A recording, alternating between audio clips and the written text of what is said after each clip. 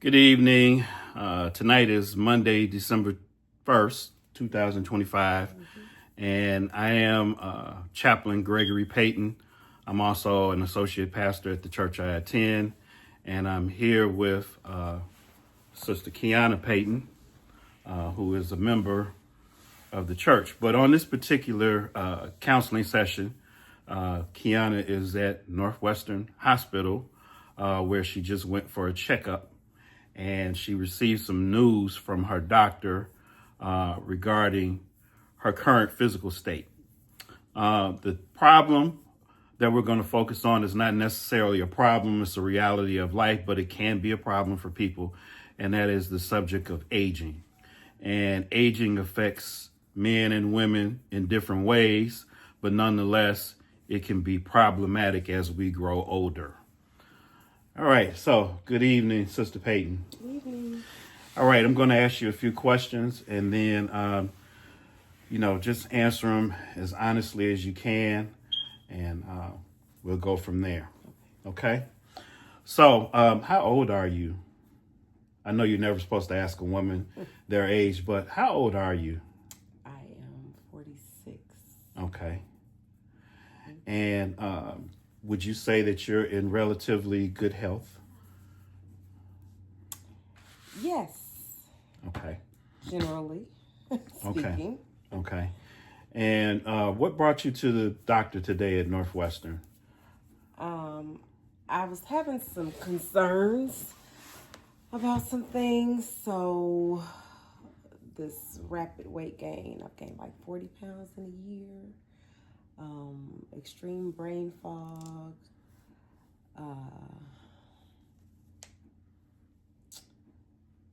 Some pains in my knee and my foot, like the beginning of plantar fasciitis.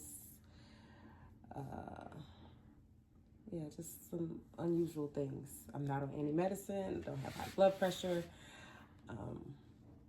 none of those things, but I'm experiencing some things that's causing me to not feel like myself. Okay. Yeah. Now, do you exercise regularly? I used to. Okay.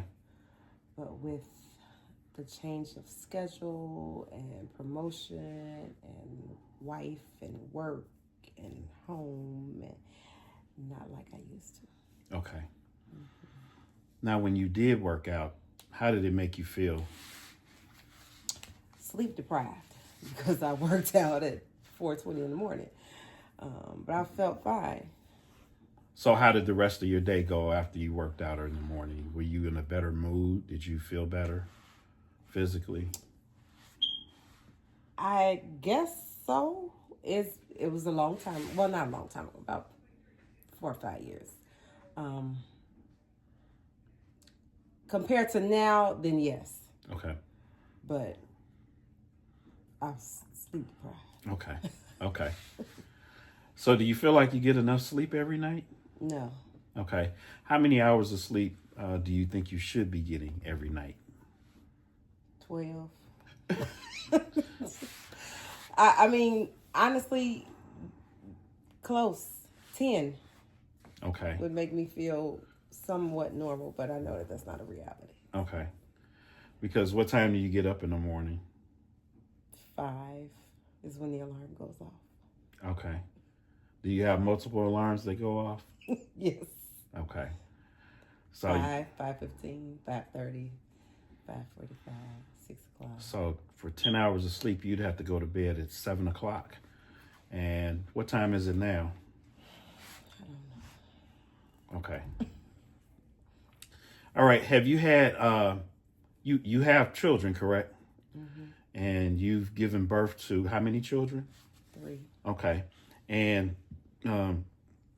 have you had any issues with, it's awkward for me to ask the question, but have you had any female issues over the last 2 or 3 years? And when I say female issues, I'm referring to like, have you had a hysterectomy in the past? Mm-hmm. How long ago did you have a hysterectomy? 5 years. Okay. And what led you to do that? Or was it necessary for you to do that? It was a medical decision. And it was genetic. So my grandmother had one, my mother had one, and we all had them around the same time. But The same age? Yeah. Okay. But it was more of the menstrual pain that I was experiencing. Other procedures, I've had other procedures to try to avoid the hysterectomy, but that didn't work. So ultimately, that's where I was. But it was not a full hysterectomy; it was a partial. Okay. So they only took my uterus. Okay. But before that, my tubes were tied or burned or whatever they were. Okay. And so normally when you have a hysterectomy for women, it will send you into menopause. Okay. But because I still have my ovaries, I didn't go into full-blown menopause. Okay. However, maybe about 2 years ago, perimenopause started, but I am feeling, after this most recent visit and looking at my blood work, the doctor is saying it's probably, I'm there. Okay. Which would explain all of the things that I've been experiencing. Okay.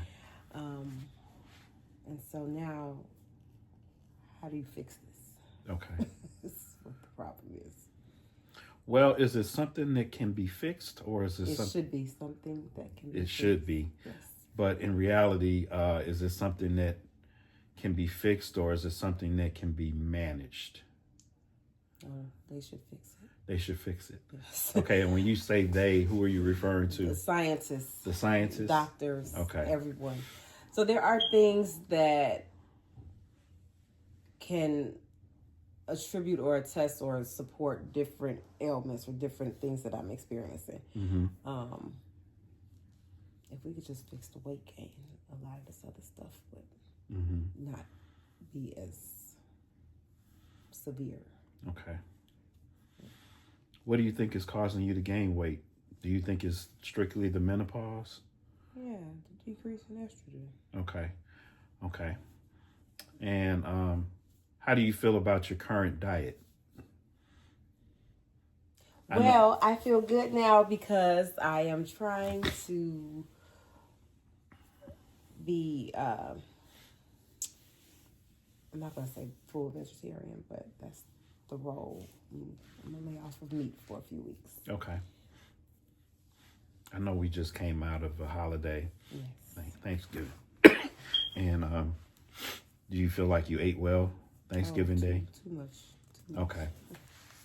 And I didn't even eat really, and I didn't eat a lot Thanksgiving Day. However,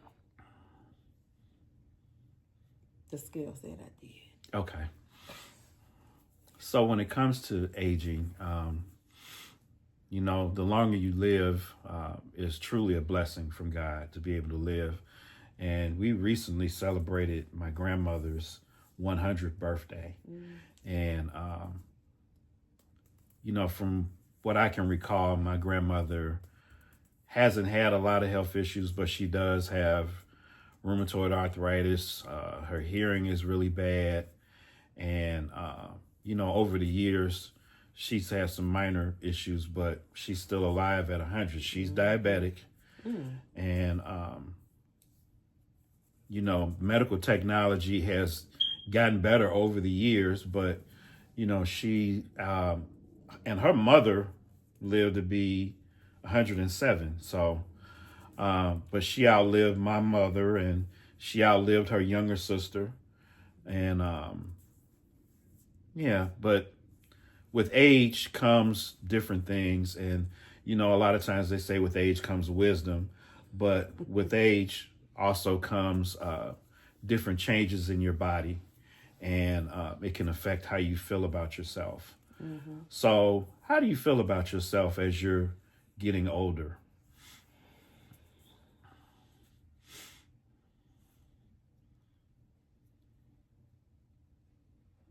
I don't like it. Okay.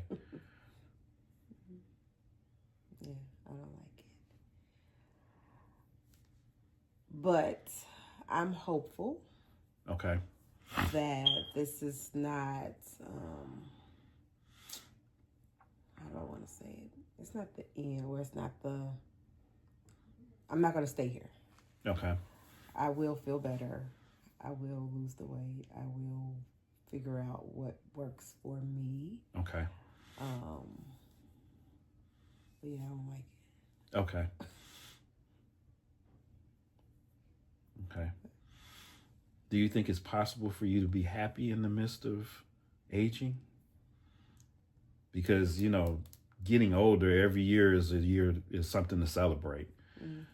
But do you think, the reality is that as you get older, your children get older, your spouse gets older too, your parents get older, and in some cases, your parents end up going home to be with the Lord.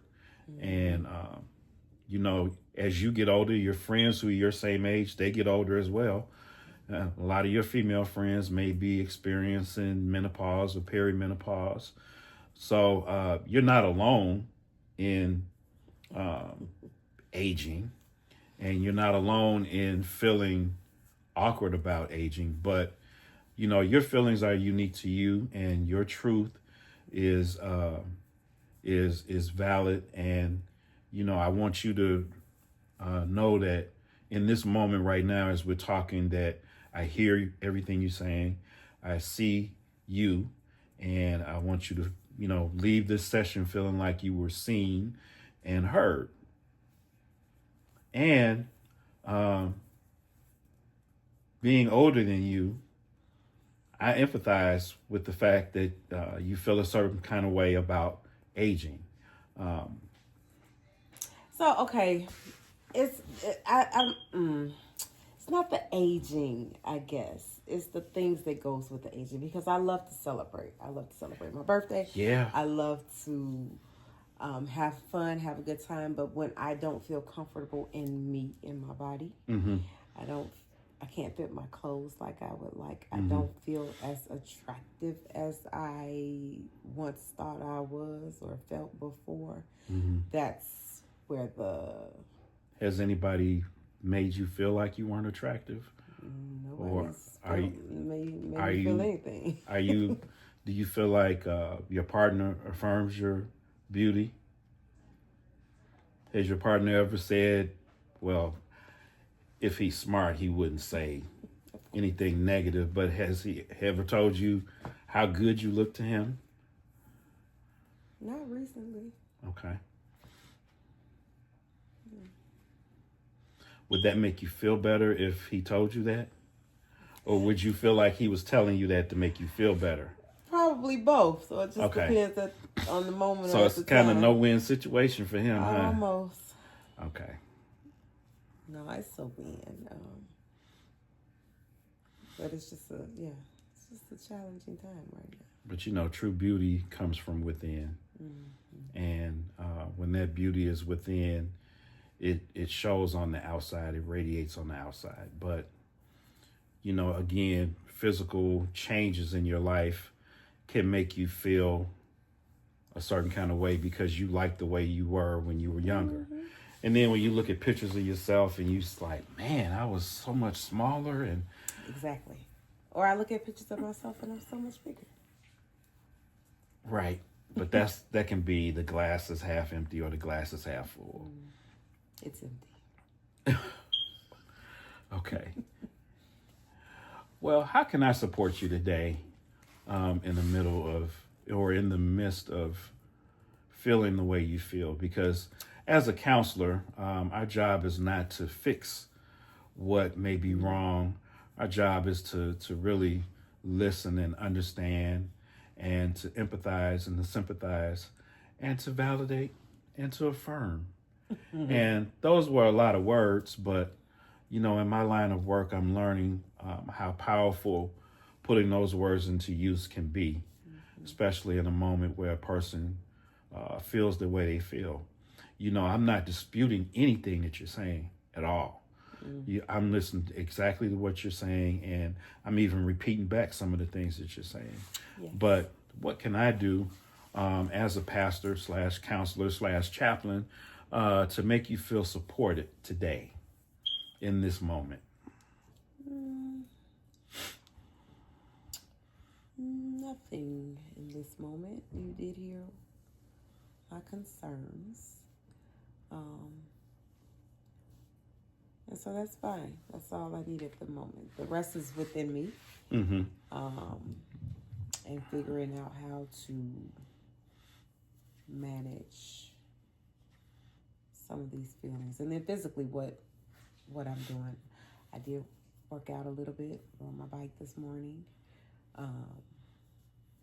My lunch and my food intake today was pretty good. So just being consistent with that is a start. I can't say it's going to fix everything, but it is a start. And then the other piece is medically identify what is there some medicine that I need or, yeah. Yeah, that popular medicine right now is the Ozempic and all of that. But, you know. You didn't hear that. That was my knee just popped. Oh, I didn't even hear it. But, you know, you have to be a diabetic, I guess, to qualify for that medication. And you're not diabetic, right? Mm-hmm. Okay. So, you know, praise God for that. In your quiet time, in your prayer time, what are you saying to God? Because God is the one that created you, and you are fearfully and wonderfully made. Mm-hmm. And he knew that you would age. He knew that you would deal with what you're dealing with right now. So what would you say to him? What are you saying to him right now in your prayer time? And I know that's a personal question, you know, but... You know, we haven't really talked much about this. Mm-hmm. Because it is what it is. I got some other concerns that we talk more about. So I will talk about this. Yeah. And do you know that one thing that's healthy when you're talking to God is to not try to find the right words to say to butter God up, but to really, you know, tell him how you feel, you know, even complain about how you feel. Lamenting, for one, is healthy, you know, where you cry out to God, you complain to God, you tell God exactly how you feel in that moment. And, you know, when we look at the book of Psalms, for example, we always assume that most of the Psalms are about praise, but the half of them are about praise. The other half of them are about lament, about lamenting. And there's even a whole book of the Bible where the prophet Jeremiah is lamenting. It's called Lamentations. And it's a bunch of laments and cries out to God. But when you cry out to God in that way, it's healthy and it draws you closer to God.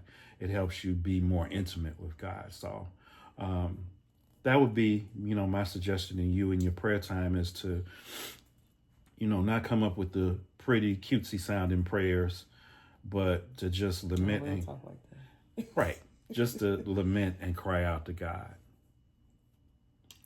All right, so for a few seconds, what we're going to do is we're going to switch roles in compliance with the assignment that I was given. So I'm going to take off this wonderful lab coat, and I'm going to have you put it on. Because I've always said that, you know, based on your nurturing nature, you probably would make a good chaplain, but... Yes, you said. There's nothing wrong with crying. You know, I have been called the crying chaplain. All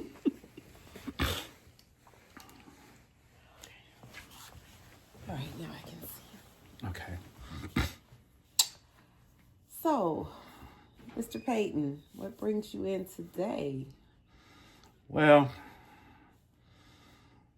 I had a little shortness of breath recently that concerned me, and doing some activities that just left me exhausted. I'm a DJ. Okay. and I love music. And being a DJ kind of reminds me of what it was like to be a drummer. Where when I had a gig, I had to take my whole drum set and put the whole drum set in the car, and then set it up, and then break it down and put it back in the car. As a DJ, I got a controller case, and these two big speakers, and they're heavy. And I had no one to help me carry this stuff. My wife did buy me a cart, which helps, but I just feel so out of shape. So what do you do about that? About what? Feeling out of shape. Well, I need to exercise, but and I'm not, opposed to that, but my schedule makes it hard, and then I kind of lack the discipline to exercise. So, and as I've gotten older, I don't always have the energy that I feel like I need to get started, and I can be somewhat of a procrastinator. So, I know I need to exercise, but I might put it off. I mean, have you exercised before?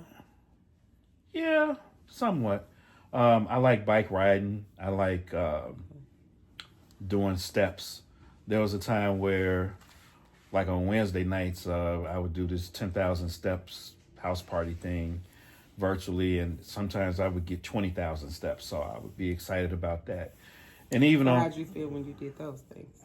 Well, I felt exhausted, but I felt good about the fact that I accomplished that, and I was happier, and I did feel better. And when I count my steps like on my watch, and I see at the end of the day that I did 10,000, 12,000 steps, I do feel good about that, because I know that, walking and getting your steps in is good for you. But, as I've gotten older, it hurts to get up in the morning. I find myself walking down the stairs one step at a time. I find myself, I don't have multiple alarms, but, I might hit the snooze button, or I might cut the alarm off and then still lay in the bed for a few minutes. So, I guess I'm just afraid of the things that come with getting older. And, I had my best friend, who is a year younger than me, recently had to have some tests done for his heart, because they found a heart murmur, and they were going to do a stent and some other things. So, and he's in good shape. He was in the military, so he exercises and works out, but, his heart was giving him some issues.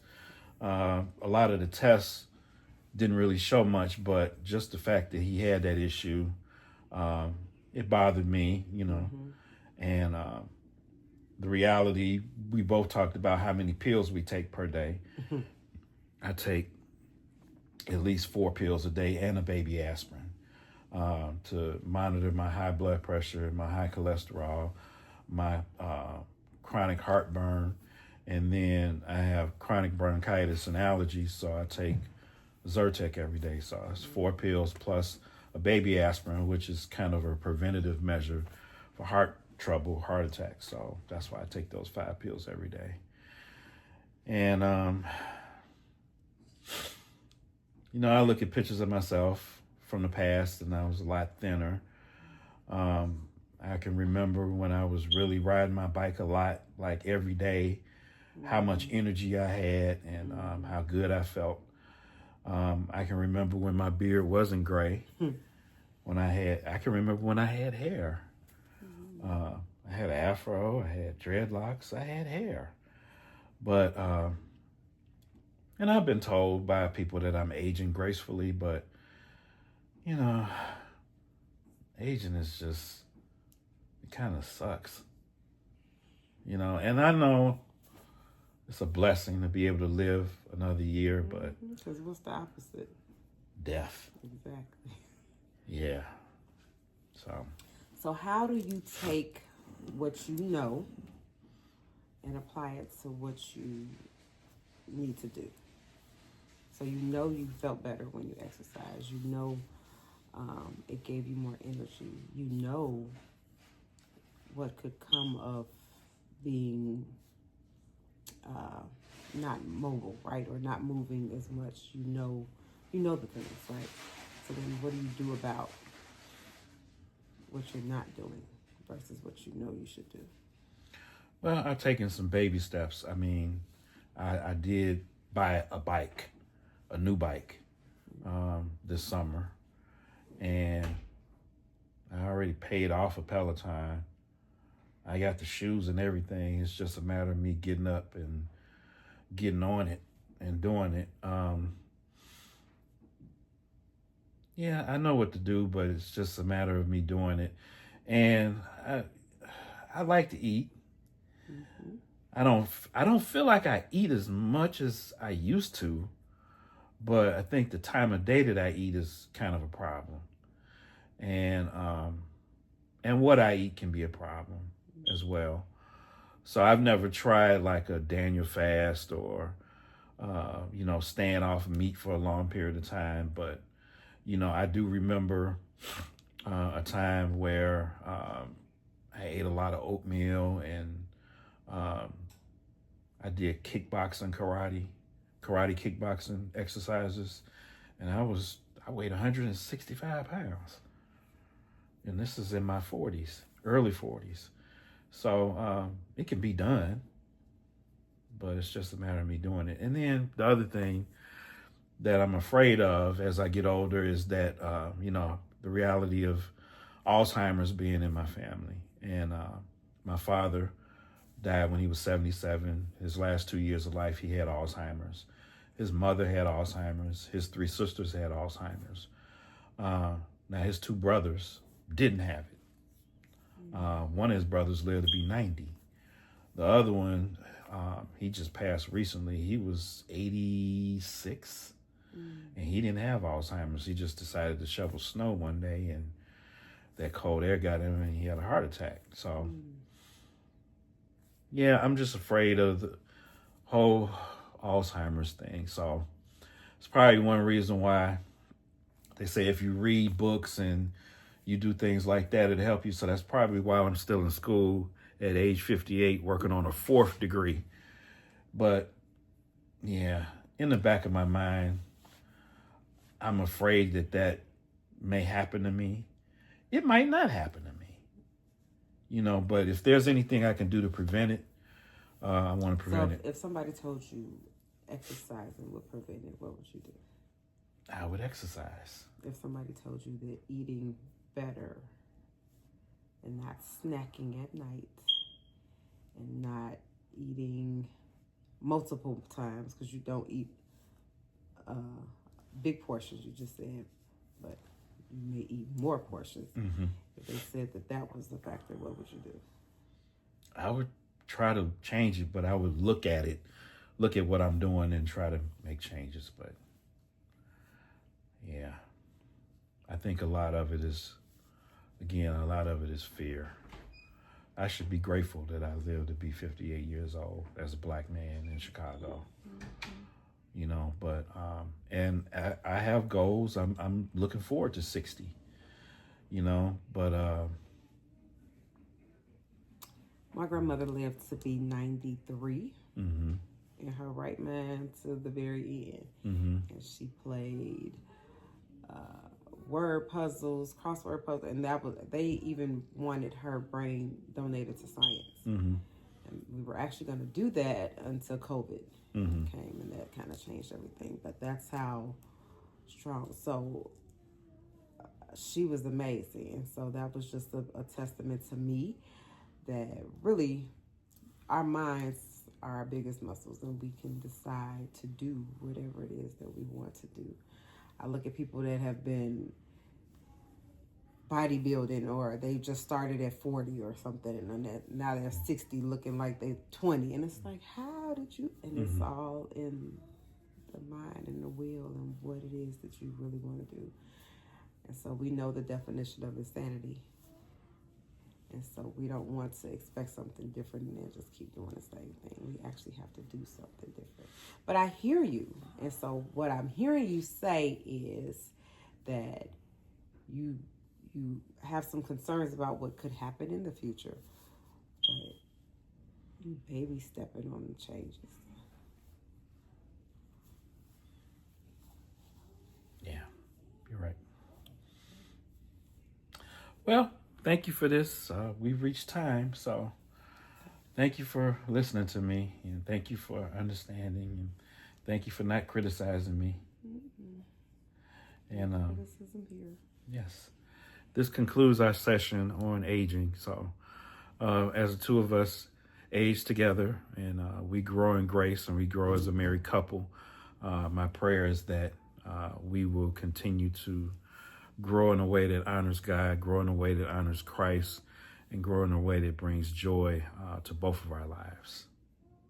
Amen. Amen.